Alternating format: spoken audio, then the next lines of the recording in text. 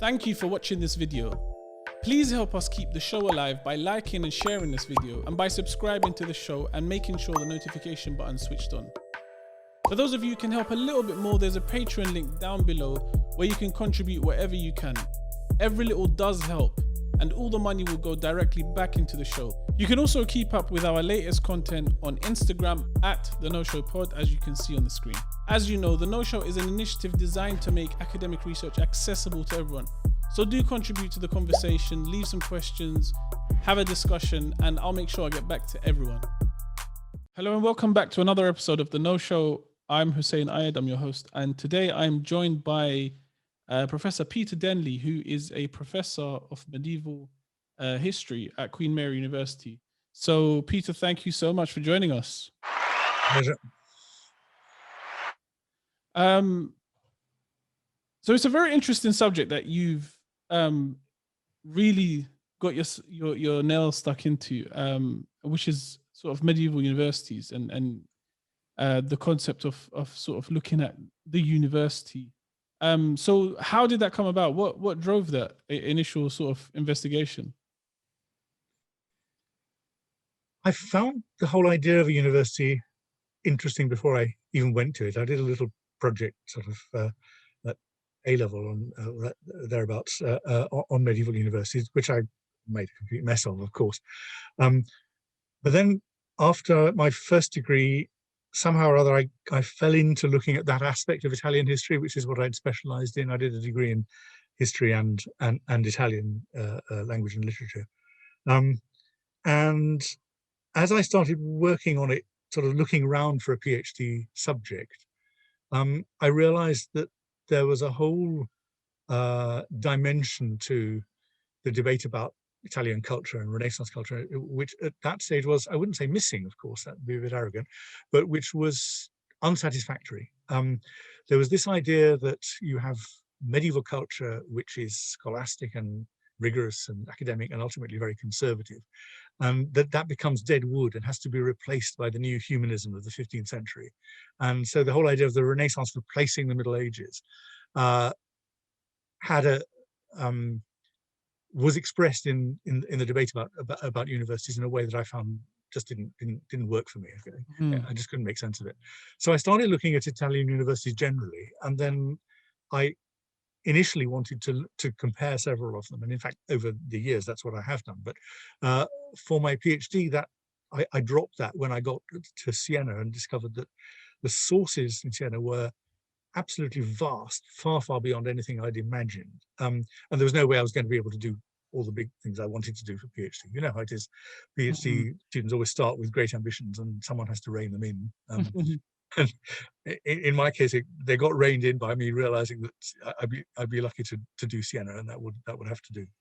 And in fact, the PhD in the end wasn't really centrally about universities and humanism, which is a topic I keep coming back to, or came back to later on. It was much more about the nuts and bolts of how this university actually worked in the first place, because that needed to be uncovered. That hadn't really been told as a story.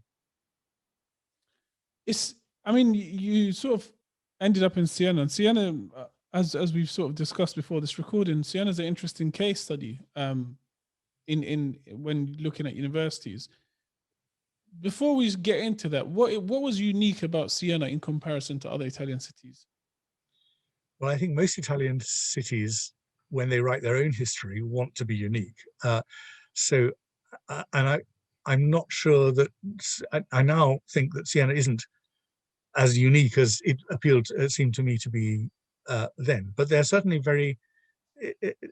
they were exceptional in the extent to which they managed to order their lives and control themselves. I don't know if you know, there's a kind of world famous fresco series by Ambrogio Lorenzetti, known in the English-speaking world as the Allegory of Good and Bad Government, which appears on three walls of the three sides of one of the rooms of government, the Sala della Pace in Siena itself.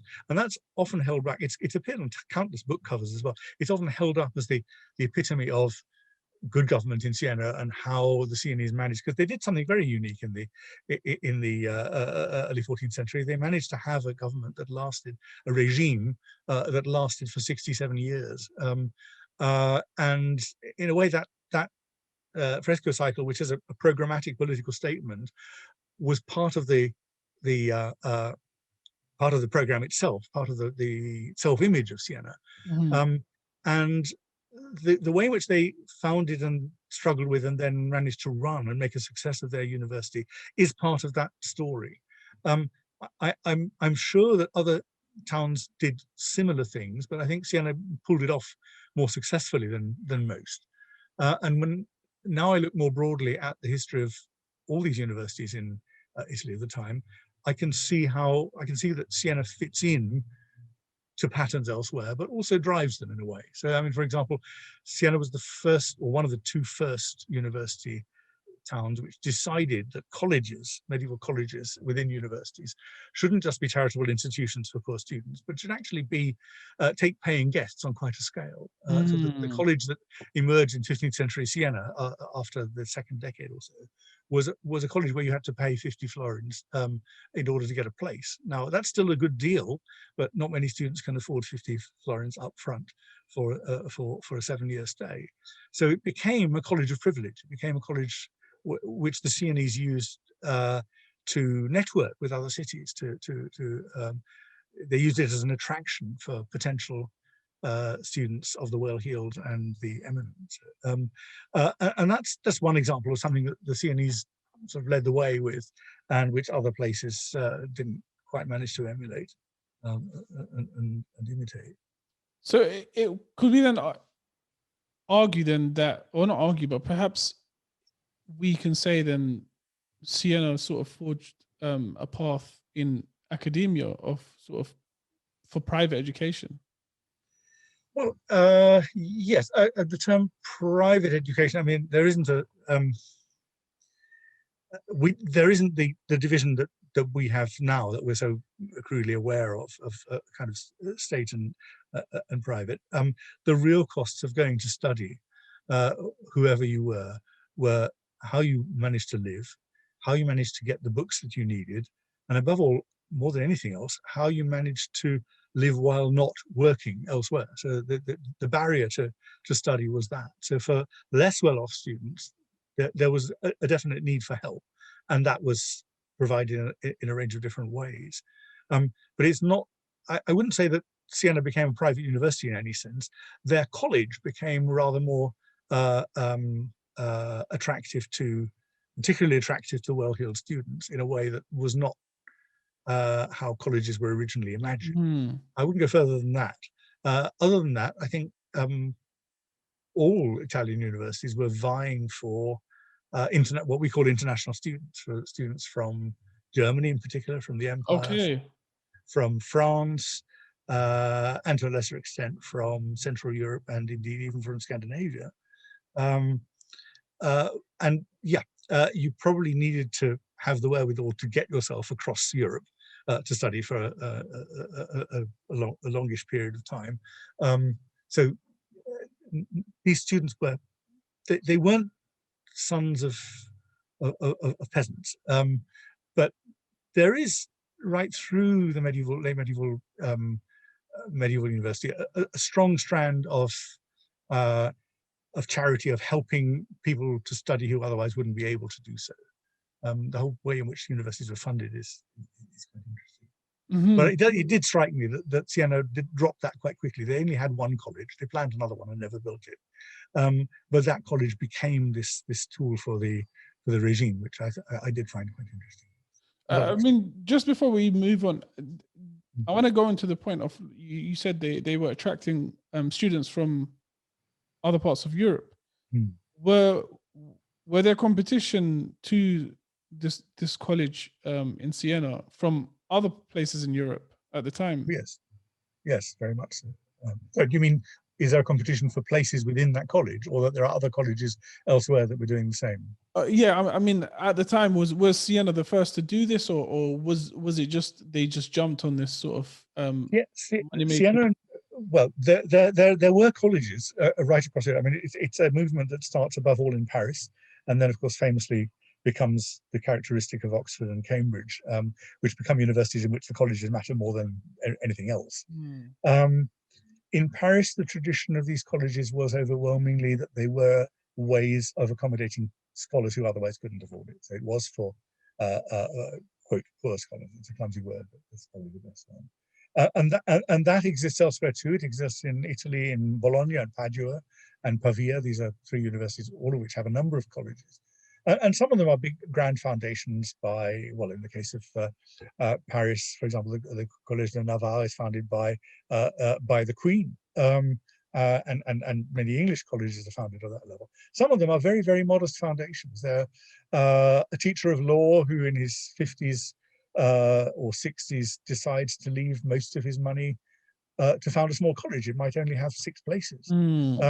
So there's a huge number of different kinds of college, but the idea that you set up a college in order to be a kind of paying operation, that seems to be pretty unusual. There are colleges which are mainly for the poor, but also take in, if they've got space, take in paying guests, as it were.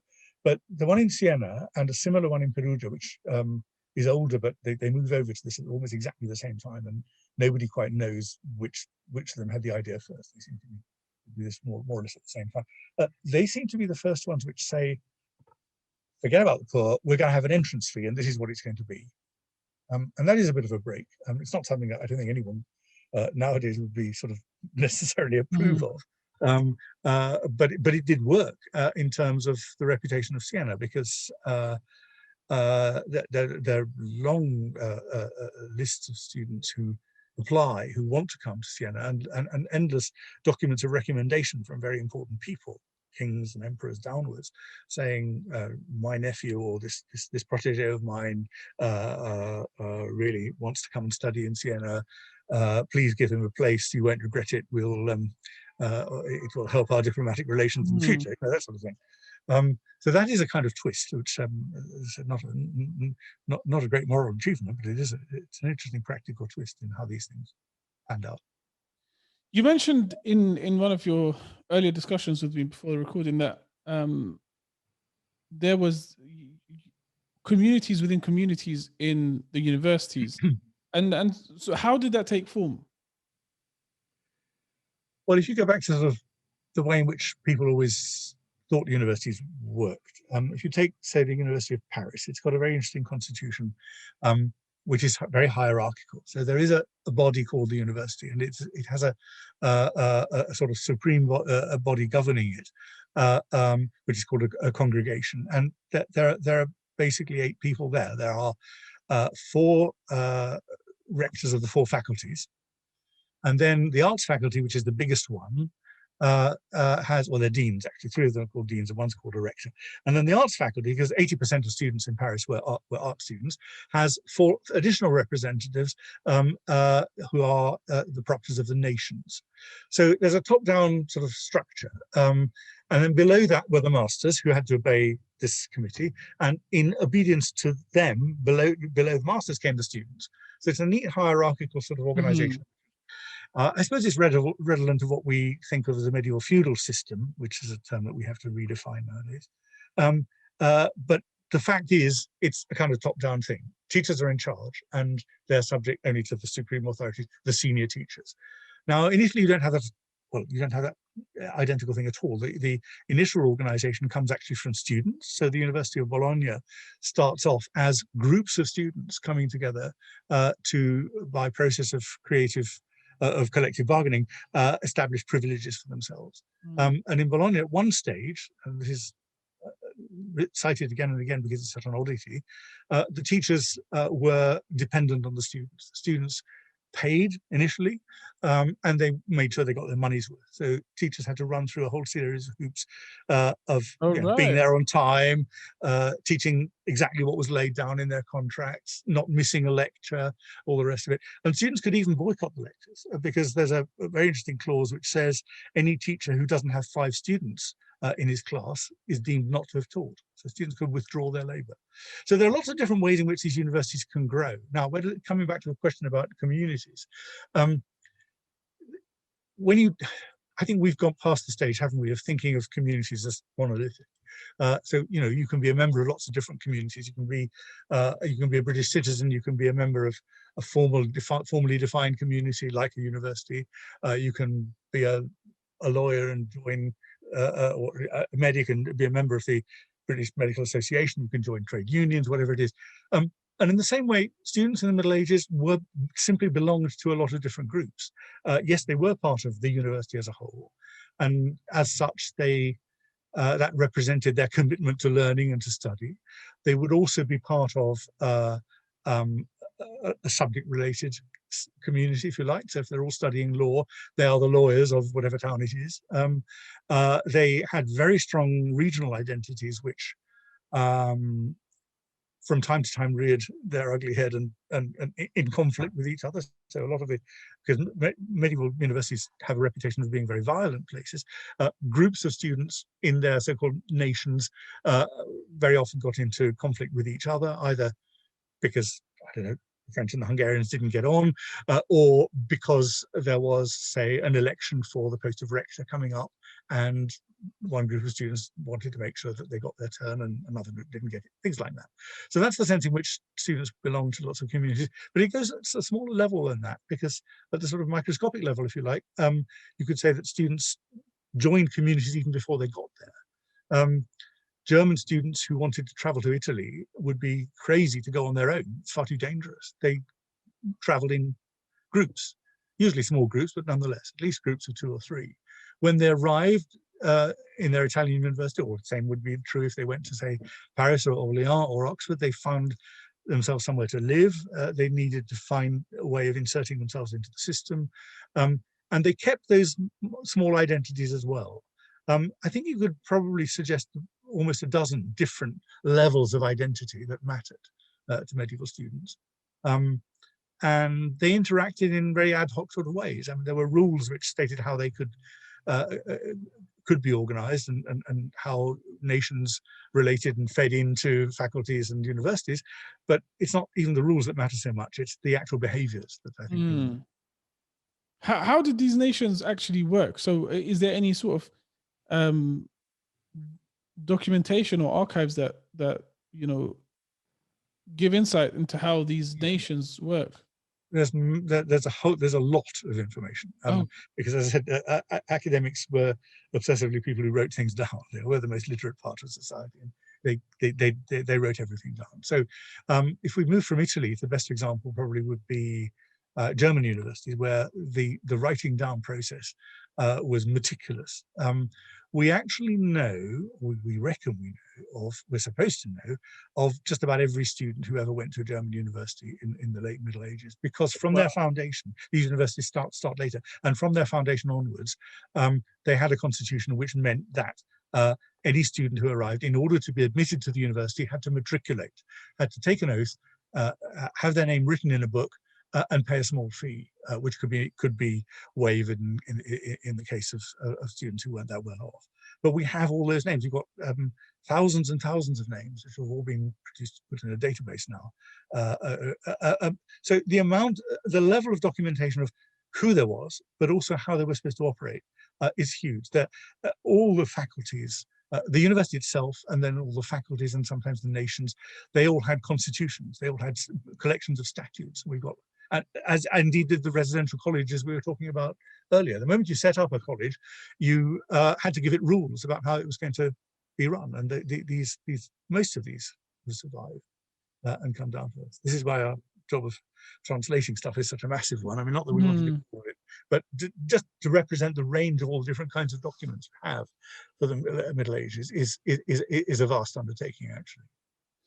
I mean, it seems like something that's kind of crazy, especially with the German. But it speaks to their organization, though, doesn't it? Because yes, it does. I mean, the fact that they decided to sort of organize in such a fashion, whereas somewhere like Italy, I imagine, didn't do the same thing. they don't seem to have been as good at keeping matriculation lists. I rather suspect that there were universities which didn't bother, because I've got documents, for example, that suggest, I don't know, the beadle, the sort of chief officer, writing to the authorities to say, look, I can't really keep control of these classrooms because I don't know who's supposed to be there and who isn't. Why don't we make a list? Which suggests that lists of that kind were not being kept. But where they are being kept, there's another very good reason for it, which is that when you join a university, when you become a member of the university in the Middle Ages, you acquire privileges, quite substantial privileges. You acquire, in northern universities, you acquire clerical status, which means that if you get into trouble, you can be tried by the ecclesiastical courts, the church courts, not by the state courts. And church courts, for example, don't have the death penalty. So there are all sorts of reasons why students would want to have that status. But then how do you prove that you have that status? Well, the way you prove it is by matriculating. So it's there in black and white on paper or on parchment that you are a member of this group. And universities which did without that, as most of the Italian ones seem to have done, have to resort to other methods of identifying who is a genuine student and who is not. So essentially, they're just really the first kinds of alumni networks.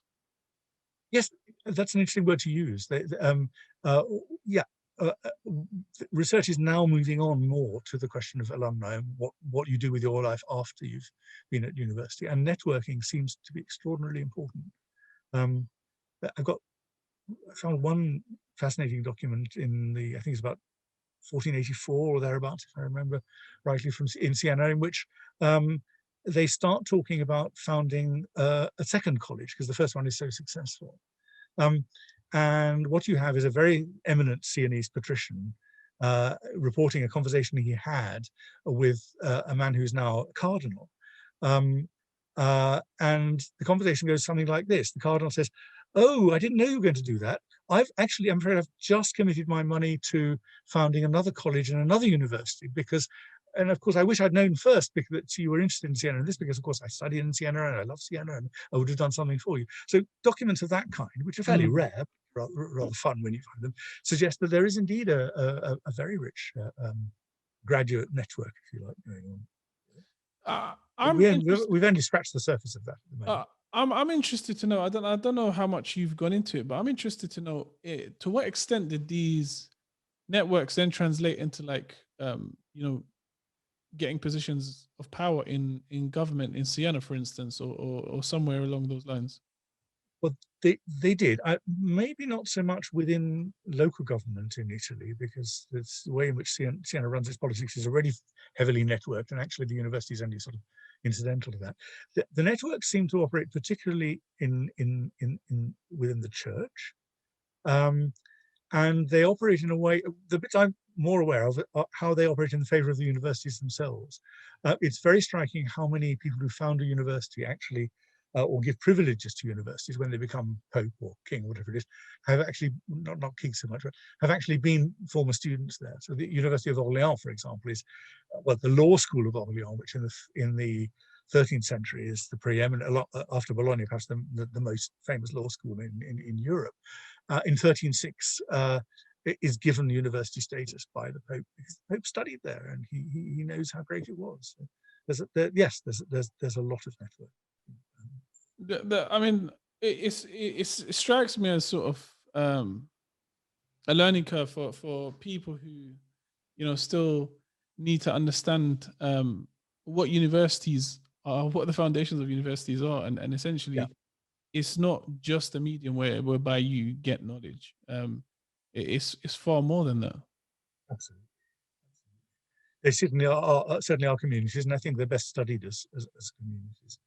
But it took university historians a while to get to that point, I think, because the world that they lived in was so artificially formalized, so invented. I mean, I mentioned before that you have statutes of this, that, and the other, that you have matriculation, you have regulations about just about every aspect of learning, very detailed regulations of the syllabus, extraordinarily detailed regulations about how exams work and what the status of exams were and all the rest of it. There's masses of what you might call institutional history that needed to be absorbed and understood first. And the historians of the the 19th and early 20th centuries were basically engaged in doing that, not because they were obsessed with institutional history, but because it was actually, you need to understand how all that works before you can understand the significance of documents that tell you about the networking, for example. So there's a kind of underpinning. Institutional history underpins the other bits, the social bits, the discussions of whether universities helped, were a way of improving social mobility, whether it was possible on a significant scale for students from more modest backgrounds actually to make careers through their intellect. That kind of question. We can do that now because we did the first, because our ancestors, as our forefathers, as historians, have done that over previous generations. But it's taken a lot of time to build up because it's such, and at the same time, it is a very artificial world. Much of it. I mean, one of the reasons I hesitated for a long time before I tried to teach this subject, apart from the fact that it's all men, of course, the universities in the Middle Ages are entirely for men. It's not very appealing.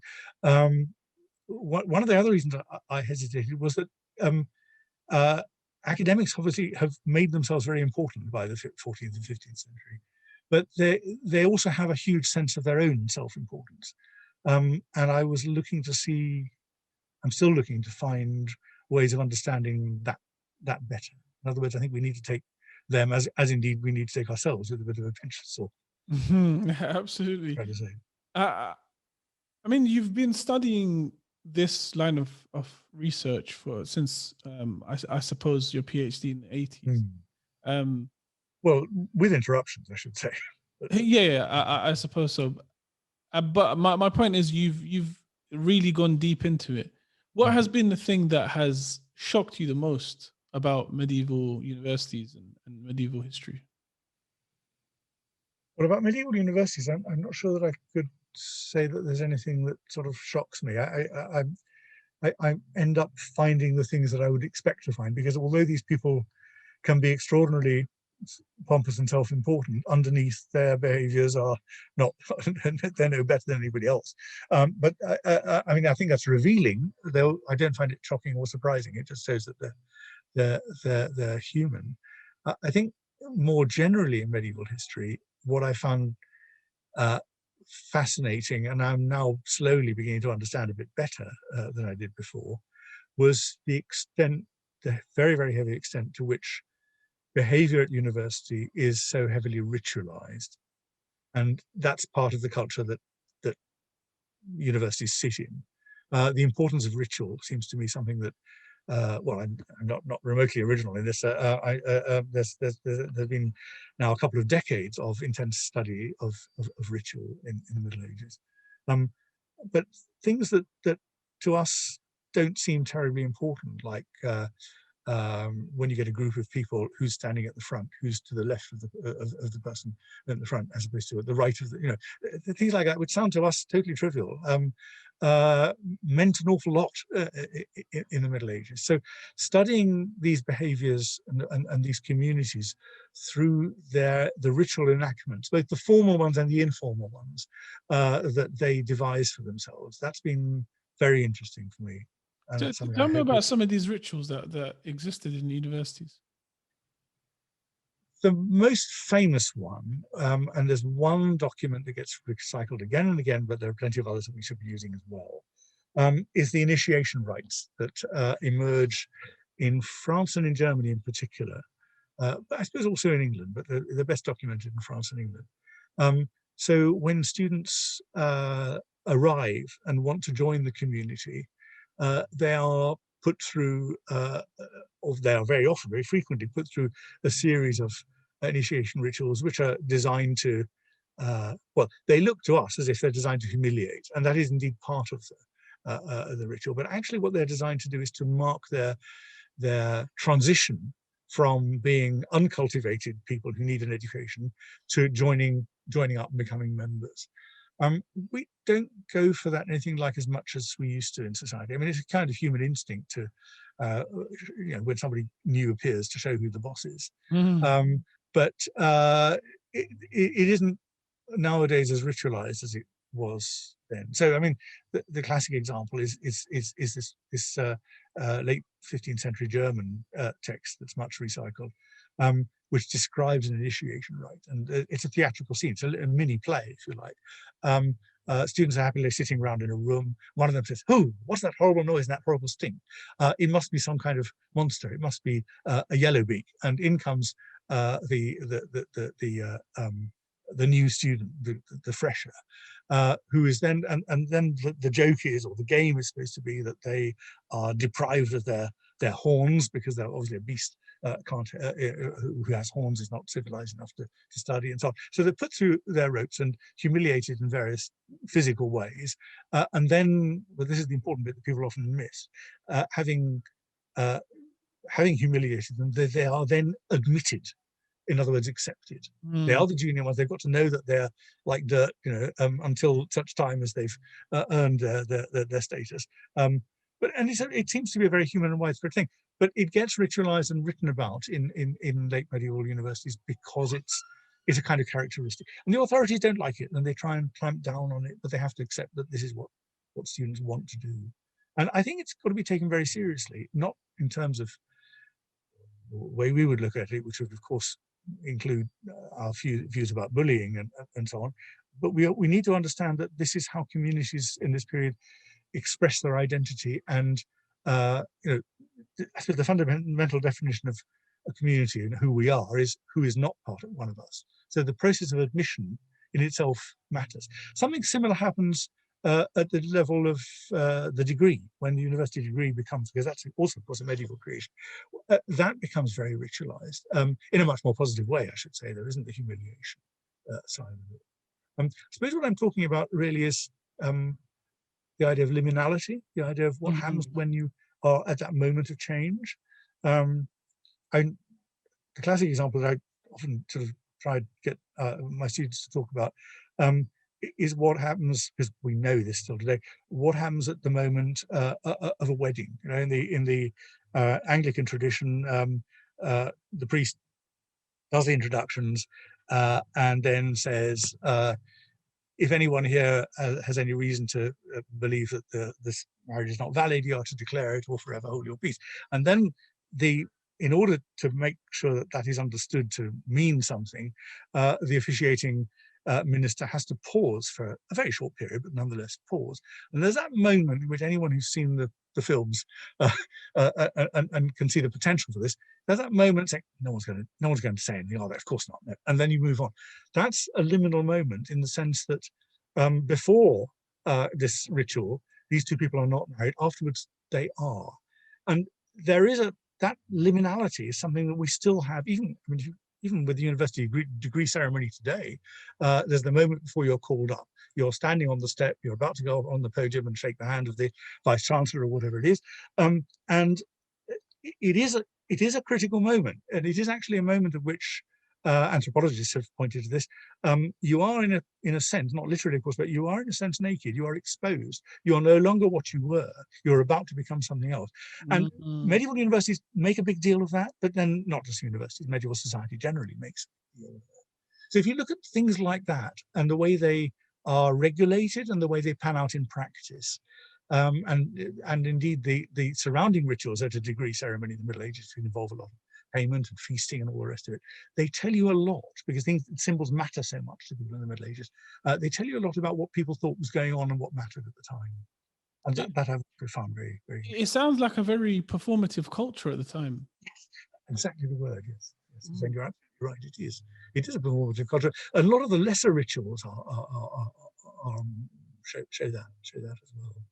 That's very. Just annual, the community, the college, or the nation coming together to celebrate this patron saint or whatever it is. Yeah, it is. Very so, tell us a little bit about the work that you're doing at the moment.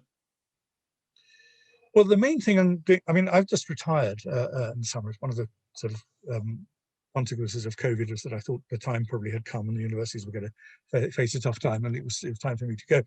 So I've actually got more time now to reinvent, to get back to the things that I wasn't able to do in the last few years with teaching and administrative commitments and so on.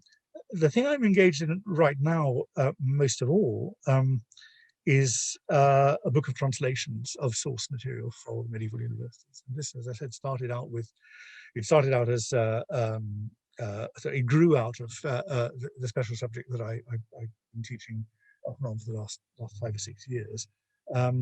But there's only one book that's ever tried to do this on this scale, and that's now 75 years old. So it needs, and it's a brilliant book still, and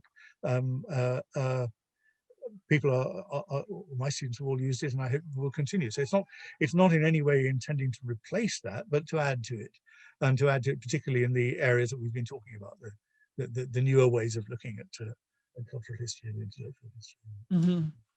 And do you, I mean, in terms of sort of putting out this kind of work, how much literature is there in the field, or is it sort of a narrow area of research that you've kind of specialized in? There's a huge amount. Not that much in English, actually, by comparison. I don't quite know. I suppose it's partly because people tend to gravitate towards studying what they know best, the cultures they know best, and England in the Middle Ages only had 2 universities, and even till the 19th century only had 2 universities. So there is actually less English, or indeed even Anglophone scholarship on medieval universities. But there is a huge amount of work in France, Germany, and Italy, and quite a lot in Spain as well.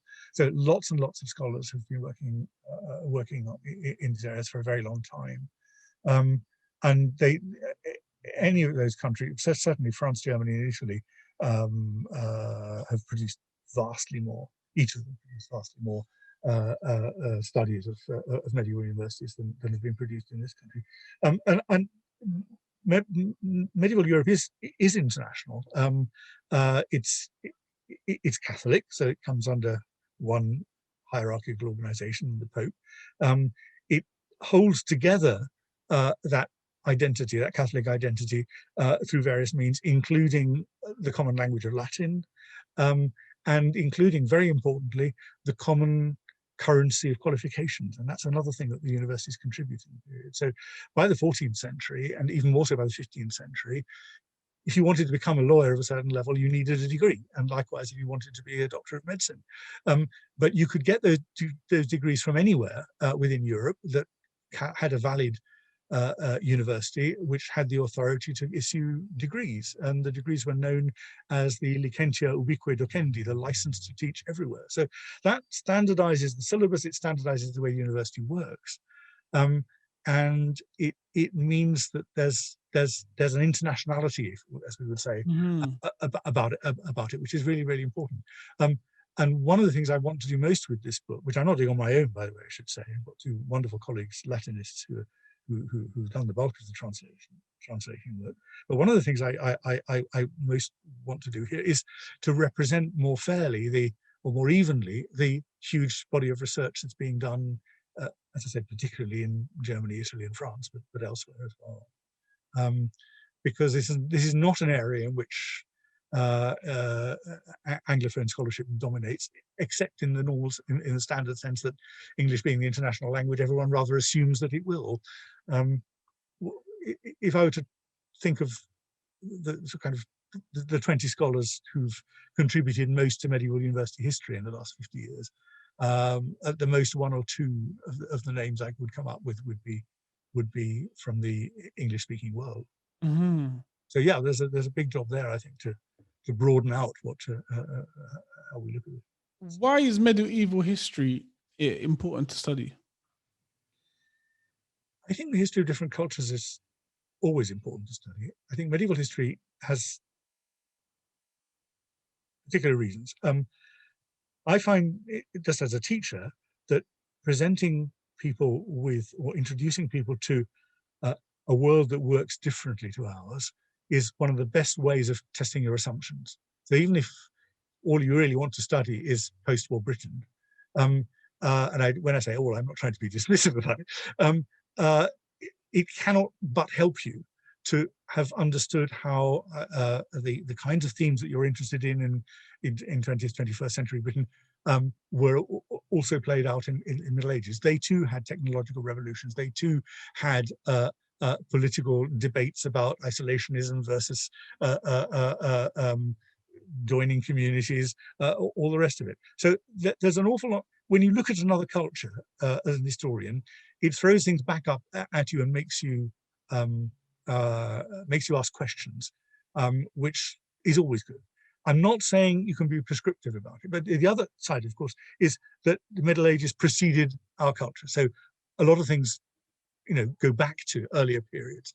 And I suppose in a way, that's the most obvious reason for studying medieval universities, that our universities grew out of them. And there are remarkable extents to which continuity can be seen. I mean, half the terminology we use is medieval, lectures and deans, and an awful lot of our terminology comes directly from them. But that to me isn't as interesting as the idea of just looking at a different culture and seeing what it can tell us.